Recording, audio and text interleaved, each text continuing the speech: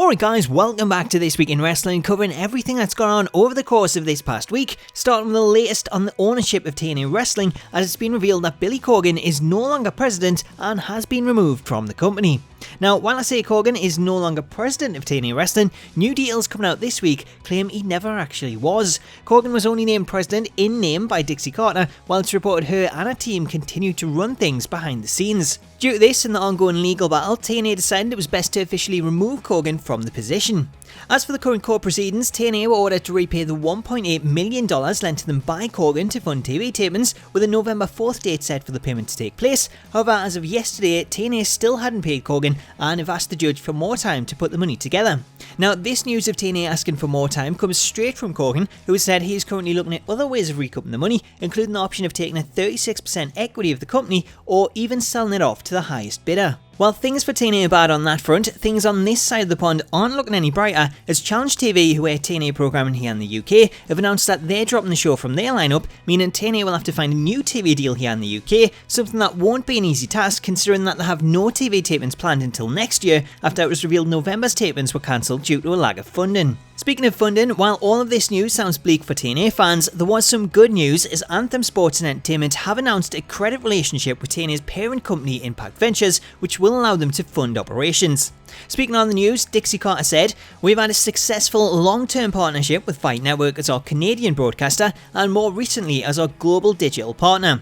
Anthem's team has extensive media experience and I am excited to have that available to us as we plan for the future." Additionally, Leonard Asper, Anthem's CEO, stated, "We have consistently maintained that investing in content as we grow our distribution is important as a strategic necessity, and working more closely with a strong brand like TNA is in line with that. This financing is an extension of the support we've been providing since the beginning of the year. There are tremendous opportunities to support the company's growth on all platforms and in all media alongside Dixie and the incredible talent and staff at TNA." So there you go, despite all the current issues with the company, they now have credit in place and will be able to fund operations going forward, at least in the short term. Switching to WWE, and this week seen the surprise announcement that The Undertaker will be making his return to Smackdown Live on the November 15th show from Wilkes-Barre, Pennsylvania. The announcement came from the Morgan Sun Arena, in which the show will take place, with the show set to mark the 900th episode of Smackdown, as well as being the go-home show before Survivor Series. In regards to Taker's appearance, it appears it'll be a one-off to celebrate the show's landmark and potentially plant the seeds for his match at WrestleMania next year, as the dead man underwent hip surgery last month, meaning it's unlikely we'll see him get physical. Meanwhile, in an official announcement from WWE, the company have revealed plans to air a new Cruiserweight show on the WWE Network, following on the heels of the Cruiserweight Classic.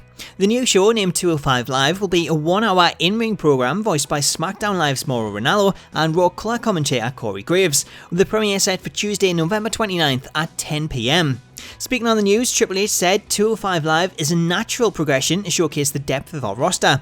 With world-class talent such as Brian Kendrick, TJ Perkins and Rich Swann, 205 Live will be a must-see program on WWE Network. Catching up on this week's WWE programming, and this week's seen more matches announced for Survivor Series, which appears to be foregoing any World Championship matches, as the pay-per-view will be headlined by Brock Lesnar vs Goldberg and feature traditional Survivor Series matchups on the remainder of the card as Raw takes on Smackdown Live. As for those matches, we'll have the men in action as Team Raw take on Smackdown Live, with Raw consisting of Roman Reigns, Chris Jericho, his best friend Kevin Owens, Braun Strowman and an as-of-yet unannounced partner, as they get set to take on Smackdown's team of AJ Styles, Dean Ambrose, Bray Wyatt, Randy Orton and Baron Corbin. As for the women's side, Raw sees Bayley, Nia Jax and team captain Charlotte going up against Nikki Bella's team. However, so far Nikki is the only person announced. Finally, we have a 20-person Tag Team Survivor Series match in which Raw's Tag Team Champions The New Day will team with 8 other unannounced partners to take on Smackdown Live's Heath Slater and Rhino, Zack Ryder and Mojo Rawley, American Alpha, The Usos and 2 unannounced partners. So with the news of all these traditional Survivor Series matches, in this week's Question of the Week, we want to know what you think of the lineup.